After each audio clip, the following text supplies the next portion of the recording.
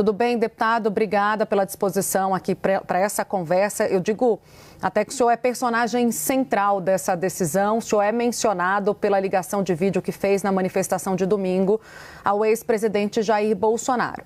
Ele não falou nada, mas Alexandre de Moraes entendeu que essa ligação, assim como a publicação do senador Flávio Bolsonaro, serviram para impulsionar mensagens proferidas na tentativa de coagir o Supremo Tribunal Federal e, consequentemente, obstruir a justiça e com amplo conhecimento das medidas cautelares impostas. Diante dessa afirmação de Moraes e do que aconteceu posteriormente à decisão de uma prisão domiciliar, eu te pergunto se o senhor se sente responsável pelo que aconteceu. Boa tarde, Tainá. Boa tarde, Uribe. Boa tarde a quem está nos assistindo. A peça central da prisão do Jair Bolsonaro é Alexandre de Moraes. Não pode ser eu. Obviamente, uma decisão sem pé e sem cabeça, uma decisão onde abre brechas para se cometer uma falta e depois ser punido por algo que não faz nenhum sentido. Basicamente, ele viu as pessoas na manifestação, nem mesmo se comunicou, como não foi no caso do Rio de Janeiro, tanto em Belo Horizonte quanto em São Paulo, ele literalmente viu as pessoas. Então, essa citação aí, acredito que Alexandre de Moraes coloque o meu nome para poder dar relevância em uma decisão irrelevante que ele deu. Ou seja, a peça central de fato disso tudo é Alexandre de Moraes. E é interessante como as coisas mudam de foco, né? No mesmo dia que se deu aí grande repercussão a respeito da vaza-toga, de mensagens que foram vazadas pelo ex-assessor de ministro Alexandre de Moraes. Ou seja, uma baita de uma coincidência. Então, não, jamais seria responsável por uma pessoa ser presa por não ter dito nada. E se estão confessando de que ele foi preso somente por poder olhar as pessoas na manifestação, meus parabéns, vocês estão confessando que nós já não estamos em uma democracia. Apesar do senhor apontar que Alexandre de Moraes é o responsável, o senhor se arrepende de ter feito essa ligação para Jair Bolsonaro? Claro que não. Eu vou me arrepender de fazer algo correto, algo que não tem nenhum tipo de problema. E não tem essa de apesar, Uribe. Apesar da pessoa ter matado, você foi lá e, sei lá, passou perto dela. O foco, literalmente, é o primeiro. É quem, de fato, o colocou na prisão, que é o Alexandre de Moraes. A gente não vai discutir aqui a respeito das ilegalidades que ele cometeu, por exemplo, as imagens, as mensagens vazadas, onde mostra que ele, enfim, praticamente sua equipe mandava prender pessoas por postagens de 2018. Ninguém vai comentar a respeito disso. Realmente o foco é, você se sente arrependido? Sinceramente, eu acredito que nós temos coisas muito mais sérias a se tratar. Você tem pessoas hoje presas de forma desproporcional, injustamente, tomando penas que nenhum criminoso de alta patente aqui no nosso país toma. Inclusive, saiu aí na notícias, né, de que Moraes diz que a justiça é igual para todos. Mentira. Sérgio Cabral agora com certeza deve estar rindo com uma condenação de 400 anos por corrupção na sua sacada ali do seu apartamento em Leblon. Então não, a justiça não é literalmente igual para todos. Agora, Jair Bolsonaro está aí no mesmo patamar de que líderes de facção criminosa. Na verdade, um nível até mesmo abaixo, né? Porque até mesmo uma pessoa que é líder de facção criminosa pode dar entrevistas, né? E eu me pergunto, para poder finalizar e passar a palavra para vocês, e quem divulgou as imagens do Jair Bolsonaro falando com as pessoas na manifestação nas redes sociais, também vão ser indenizadas? Ou seja, não faz sentido nenhum, é uma ditadura extremamente confusa. E dizer de que ele quebrou a medida cautelar realmente é ignorar a sanha ativista de um juiz que, de fato, parece um político com uma toga. Deputado, eu queria saber como é que a política pensa essa estratégia jurídica ainda, a insistência que virá por parte dos advogados. Eles estão elaborando um recurso, basicamente para afirmar que Bolsonaro não descumpriu a medida cautelar imposta pelo ministro Alexandre de Moraes. Conversando mais cedo com aliados do ex-presidente, pessoas próximas também ao senhor, eles entendem que não há mais caminho jurídico para reverter essa decisão. O senhor concorda? E a estratégia política que está em curso, que é de muita pressão sobre a Câmara Federal, falo da Câmara porque o senhor é deputado, tende a dar algum resultado? Rui Barbosa pode ressuscitar que não ia adiantar de nada. Não existe um caminho jurídico para quando só uma pessoa decide a respeito de tudo. Eles irão recorrer a quem? Fazer o embargo de declaração para poder cair no próprio ministro Alexandre de Moraes? Mais uma vez, o ministro Alexandre de Moraes, ele acumula funções. Ele é o delegado, ele é o investigador, ele é o promotor, ele é a vítima, ele é o delegado, tudo ao mesmo tempo. Até mesmo o próprio Flávio Dino, por exemplo, que tem uma ação contra o presidente Bolsonaro, não se coloca impedido nessas ações. Ou seja, a gente, de fato, precisa colocar os pingos nos is e mostrar que não, nós não estamos em uma democracia que eu, como deputado, apresento uma PEC e isso vai ser aqui tratado de uma forma legislativa e da forma como deveria traçar o curso natural. Não, eu quero dar o exemplo aqui mais recente, e nem é sobre, digamos assim, uma pauta, digamos, moral, por mais que isso atue na vida das pessoas, mas é uma pauta econômica.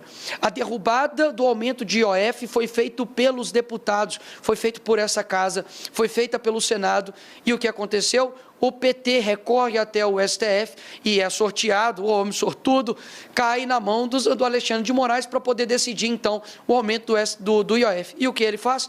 Ele mantém o aumento do IOF. Ou seja, isso não é violar as barreiras e os limites dos poderes que nós temos? Ou seja, já não há mais poder executivo, legislativo e judiciário. Há somente um poder chamado Alexandria. De fato, é somente o ministro Alexandre de Moraes que decide a respeito de tudo. E quero deixar aqui algo bem claro. Não tem uma oposição ao ministro Alexandre de Moraes por picuinha, por bia. Isso aqui diz respeito a questões muito sérias, como eu disse. O ministro Alexandre de Moraes está em uma lista, não uma lista de chamada de uma escola, ele está em uma lista onde existem pessoas que são violadores de direitos humanos, criminosos de alta patente. E isso precisa ser dito de forma clara.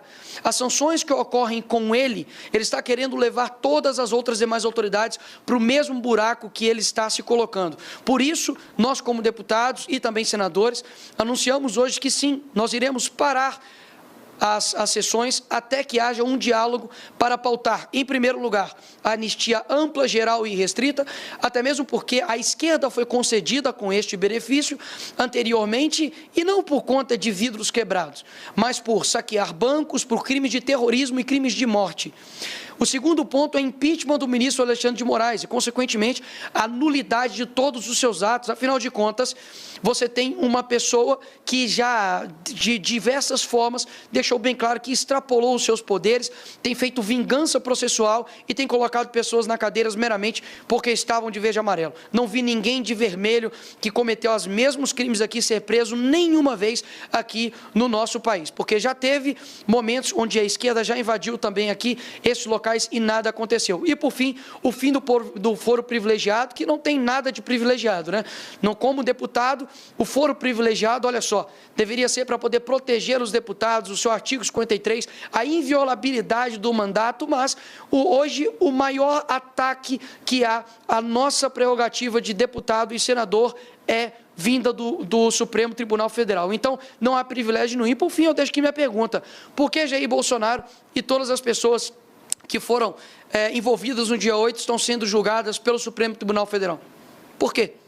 Me fala um aí que foi colocado anteriormente. Ou seja, o ministro Lula foi colocado, na verdade, estava numa primeira instância, foi feita uma manobra para poder jogar, enfim, para o STF e assim ser solto. Agora é o contrário. Tira-se da primeira instância para poder ter um julgamento, para poder jogar para o STF, para literalmente fazer um jogo de cartas marcadas. Esse é o cenário atual do nosso país. E há quem diga que nós estamos em uma democracia.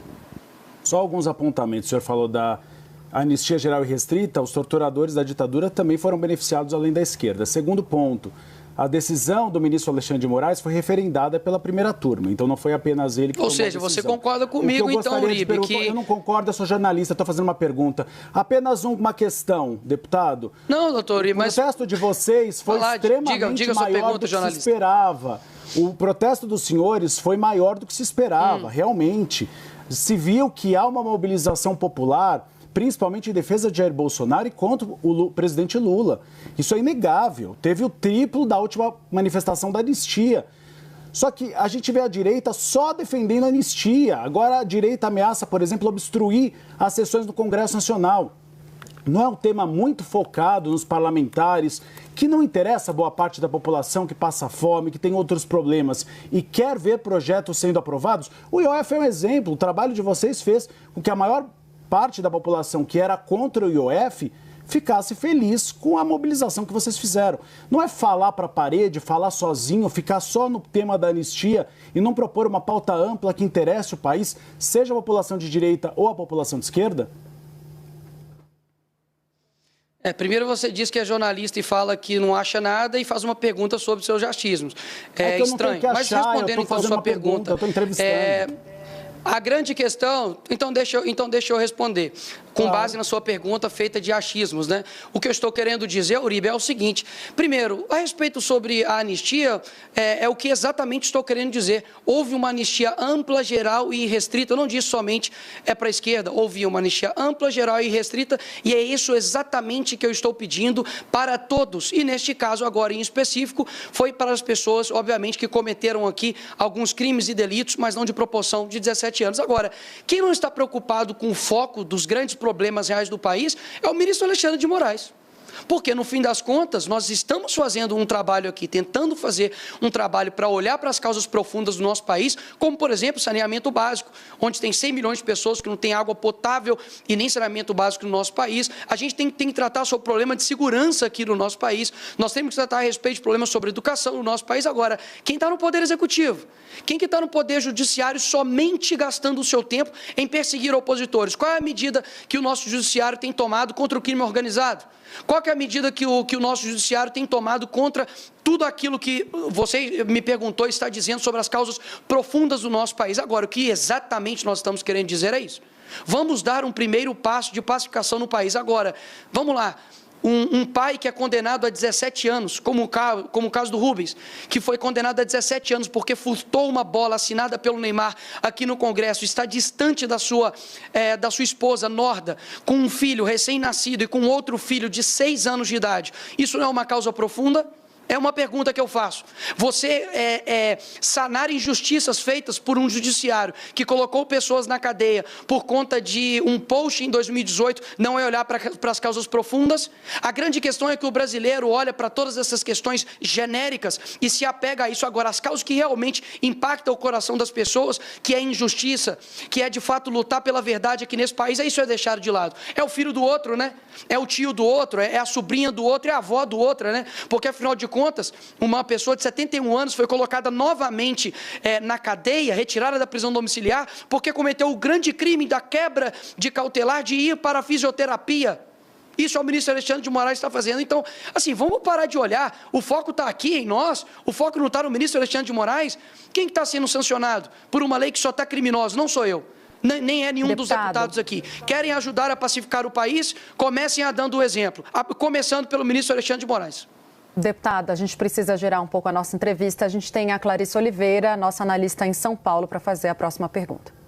Boa tarde, deputado. Obrigada pela entrevista aqui ao Bastidores CNN. Eu gostaria da sua opinião a respeito das tarifas impostas ao Brasil pelo governo dos Estados Unidos. A gente tem ouvido com muita frequência no campo governista o argumento de que o bolsonarismo, os apoiadores do ex-presidente Jair Bolsonaro em geral, mas especificamente Eduardo Bolsonaro, que está lá em solo americano, estariam ali incentivando, de certa forma, o governo americano a impor essas taxas ao governo brasileiro, aos produtores brasileiros, aos empresários brasileiros, num movimento aí que acaba sendo prejudicial para tantos setores que vão ser impactados. Então, gostaria da sua avaliação sobre a decisão do governo de Donald Trump e o papel do bolsonarismo diante das negociações aí a respeito dessas tarifas.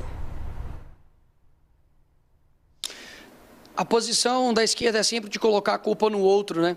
A culpa nunca é deles. Ano que vem vai se fazer 18 anos no poder, no executivo, mas a culpa de tudo, obviamente, se volta para a mesma pessoa, o Bolsonaro. E agora, na figura de Eduardo Bolsonaro. Vamos lá.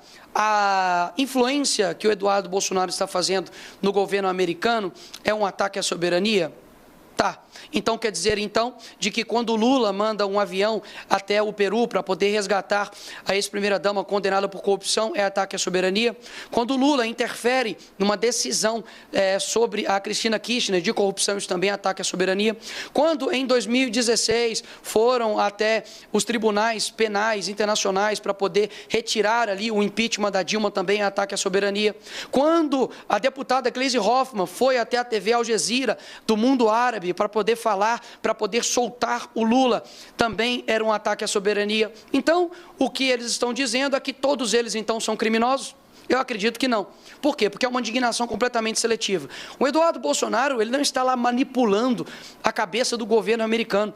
Ele, como até mesmo cidadão americano, ele pode apresentar as denúncias que todo mundo está vendo. Fique em paz, o mundo inteiro está vendo, e eu acho que o governo americano tem celular, ele tem acesso, né, à mídia, ele não precisa aí literalmente de nenhum tipo de manipulação para poder tomar suas decisões. E um ponto aqui importante é que a carta do Trump foi muito certeira. No primeiro parágrafo, ele fala como está sendo tratado Jair Bolsonaro, que está sendo uma caça às bruxas. No segundo parágrafo, ele fala a respeito das eleições livres e da falta de liberdade de expressão que está sendo guiada pelo Supremo Tribunal Federal. Ou seja, o nosso presidente, que agora está no poder, basta, de fato, ele atentar para o que foi colocado na carta pelo Trump, não por mim, não pelo Bolsonaro, não escrita pelo Eduardo Bolsonaro, mas pelo Trump, para poder tomar as decisões corretas. Agora, não vai ser com provocações do Lula aos Estados Unidos, ou falta de diálogo, falta de diplomacia, dizendo, por exemplo, antes das eleições, que o Trump era um nazista de moeda trocada, que nós vamos resolver este problema. Então, mais uma vez, a população está vendo que agora, literalmente, Jair Bolsonaro está preso dentro de casa, Eduardo Bolsonaro está em outro país, e a culpa é deles agora? Assim, é uma falta realmente de capacidade de assumir tanto as suas ações quanto as suas omissões. Quer resolver o problema? Faça as duas coisas aqui no Brasil. Trate Jair Bolsonaro da maneira como deveria tratar, tendo eleições limpas e sem querer ganhar no tapetão, e também, obviamente, parando com essa sana persecutória através do ministro Alexandre de Moraes contra toda a direita. Deputado, a gente tem visto que essa pressão sobre o Congresso Nacional não funcionou no início da legislatura, foi feito um movimento semelhante, depois os dois presidentes abriram para um diálogo. O fato é que essas propostas que vocês citaram hoje como principais, sem falar do pacote antissupremo, mas para a Câmara é anistia, para o Senado é o impeachment do ministro Alexandre de Moraes, não andaram, não avançaram, e quando a gente fala com a cúpula dos dois lados ali, há uma chance zero de que essas propostas, nessas condições, no calor das emoções, vão ganhar tração nas duas casas. Por que optar, portanto, por essa estratégia de pressão? Hoje o vice-presidente, que é o Altineu Cortes, deu uma guinada no discurso, disse que quando assumir a presidência novamente, na ausência do presidente Hugo Motta, vai colocar para pautar o projeto da anistia, coisa que ele havia rejeitado meses atrás. O que fez o PL mudar de postura nesse sentido, né, a cúpula do PL, e agora investir em mais pressão sobre os presidentes da casa, sendo que esse tipo de movimento não surtiu efeito antes? Eu falo por mim, não falo por todo o PL, eu nunca parei a minha pressão daquilo que pode ser feito, e tenho dito desde o começo deste ano, tanto fora Lula quanto fora Moraes, lutado pela anistia, desde inclusive a CPMI do dia 8 e anterior a ela, visitando os presos do dia 8. Então, isso é uma pauta que ultrapassa questões partidárias. Agora, o que eu tenho visto é que nós temos que fazer todas as cartas que estão ao nosso alcance, porque daqui a pouco vão dizer que nós não dialogamos, não tentamos articular, e nos é exigido isso, né? Então nós estamos fazendo isso, já conversamos, já dialogamos, já tivemos CPMI, já tentamos de todas as formas. Então a temperatura precisa aumentar para que atinja os efeitos. E eu discordo de que não tem dado certo. Somente essa semana, por exemplo, o senador Carlos Viana, de Minas Gerais, assumiu publicamente está a favor do impeachment do ministro Alexandre de Moraes, caso isso seja pautado no Senado. E agora agora mesmo, a Margarete Busetti, de Mato Grosso, acabou de também divulgar publicamente de que é favorável ao ministro ministro Alexandre de Moraes. Então, antes do Cunha brigar com a Dilma, qual era a possibilidade do impeachment? Não sei, talvez poucas. Então, eu aprendi que, como cristão, eu tenho que fazer o certo sem esperar que dê certo. A minha parte eu estou fazendo, lutando pela opinião pública, lutando pelo aquilo que é certo. Eu tenho firme fundamento naquilo que eu acredito, naqueles que estão, de fato, atacando a nossa democracia.